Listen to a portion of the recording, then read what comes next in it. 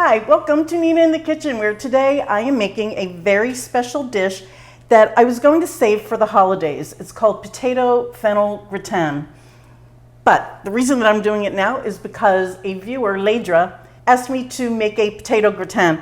I'm doing this one with fennel because this is the most special one that I know. It's the most delicious. It's a little twist to just the regular potato gratin that you can find anywhere. I love, love, love this. And it's very simple.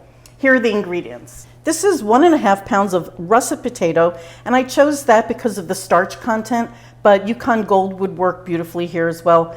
That's 600 grams. One small fennel bowl, this weighs 140 grams, and one medium onion, 150 grams. I also have this Gruyère cheese, which I'm going to take 4 ounces from. That's 113 grams that I want. I have this little nutmeg that I'm going to grate for a fabulous flavor here. Extra virgin olive oil, salt, pepper, and butter. This is 1 cup of heavy cream. Again, this is a special dish. That's 250 grams. And the oven is preheating to 350 degrees Fahrenheit, which is 175 Celsius. I also have a buttered gratin dish in the back. So now this is going to serve 4 to 6 people. This is what I'm using. Now you can use a mandolin. Cutting by hand to this sort of precision is very difficult, so I recommend a mandolin, or just go ahead and use whatever slicer disc that you have for your food processor. If you're using this brand, the Breville, then you want to go to number 3 to give you 3mm thickness on that. That's about 1/8 of an inch thick. One nice thing about this recipe is you can double it, you can quadruple it, and it will feed a crowd or just a few, and it's always fabulous.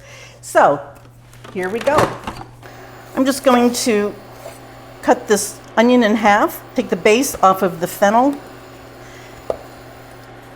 and cut this in half as well.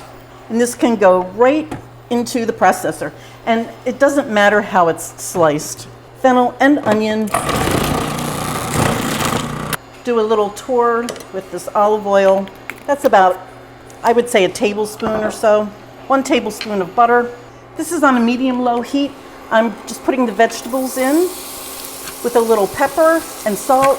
If you have big pieces like this, and I forgot to take the core out, the core will cook down in this dish, so I don't mind it being in there. This is cooking over a medium-low heat, and all that you want to do here is soften these vegetables. You don't have to brown them.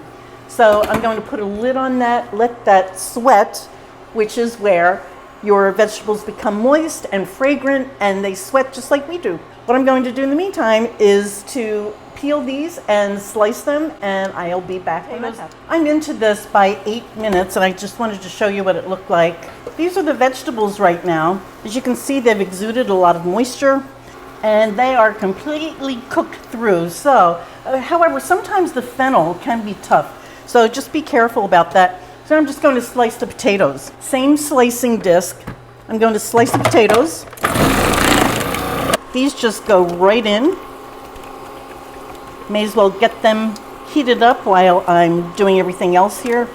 This is what's nice about a mandolin or a processor. They do all that work for you. It's wonderful. I still have the carrier in here, and what I'm going to do now is grate the cheese. I cut this into a 4-ounce piece. That's 113 grams. And if you have a blade like this where you have a smaller grate and a larger grate, just choose the larger grate. And of course you can do this on anything up to a box grater where you have that same size hole. This is the cook's treat. And here's my grated cheese. I'm just taking this off the heat. The heat is off. Now I seasoned the fennel and onion, but not the potatoes. So you really want to season potatoes well, because this is the only seasoning they're getting. So a little salt and pepper. I'm going to go in with this nutmeg. If you have a large nutmeg, I would call this a medium size. 1/2 of this will be about 1/2 teaspoon. And I want about 1/4 teaspoon for this. Here goes the cream. If you have an oven-proof skillet, there's no reason why this cannot go right into your oven. These potatoes, though, you know, they want to stick to each other. So just make sure that you get in there and get them all apart, separate them all. I'm going to mix the cheese in here. And if you don't want to use Gruyere cheese, you can use a Swiss cheese, that's fine. But don't get pre-grated cheese because it doesn't melt the same, it doesn't act the same. Always choose to use a fresh grate.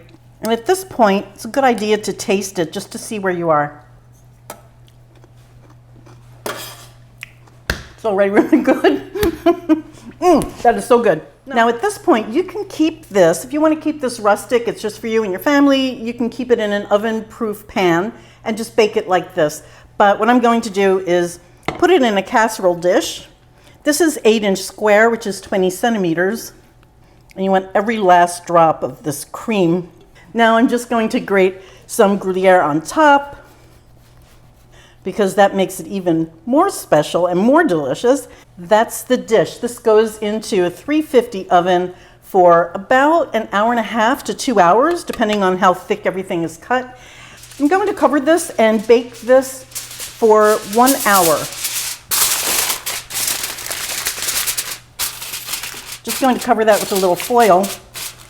You don't want anything touching the underside of the foil on this. If you do have something like that happen, you can put either plastic wrap with the foil over it or parchment paper with foil over it. I'm going to bake this at 350, which is 175 Celsius, for 1 hour, and then take this foil off and let it go for another half hour to a full hour, again, depending on how thick you cut your vegetables. I can hear it bubbling. It sounds really yummy, and it smells really great. So this is it right now. Let's just test it. There's still a little crunchy feeling to these potatoes. So it goes back in the oven. Now we just have to wait for it to get golden brown, delicious. That's gonna be, I'm guessing, another half hour. So I'll see you when it comes out. This just came out of the oven. It smells so incredibly good. What you do is you take your knife tip and just kind of push around here and there, and there's absolutely no resistance anymore. You don't feel any graininess or anything, so this is done. If you see little pockets of fat, of course you can pull those up if you'd like. It's just butter fat. I have to let this sit for 10 minutes, like with any casserole. Let it sit for 10 to 15 minutes before you cut into it. This, by the way, is a great do-ahead. You can make this days in advance, then just reheat it for about 30 minutes at 350, and you will have this dish in 30 minutes. But anyway, I'll see you in about 10 to taste it. I can't wait. Thank you so much for this request. It's one that I meant to get to, and so you just kind of pushed me in that direction. Thank you. And here's why. This is, now I get to eat it. This is so delicious. What I love about this recipe is the high vegetable ratio. Even though this is a very rich dish, it lightens it up and it makes it so moist and delicious. If you've never cooked with fennel before, this is a great place to start because it's not a bold flavor in here. It's in the background. It gives it a flavor that I'm going to say is exotic. It's just fabulous. I hope you try this. Please let me know if you do. And thank you so much for watching. Bye, guys.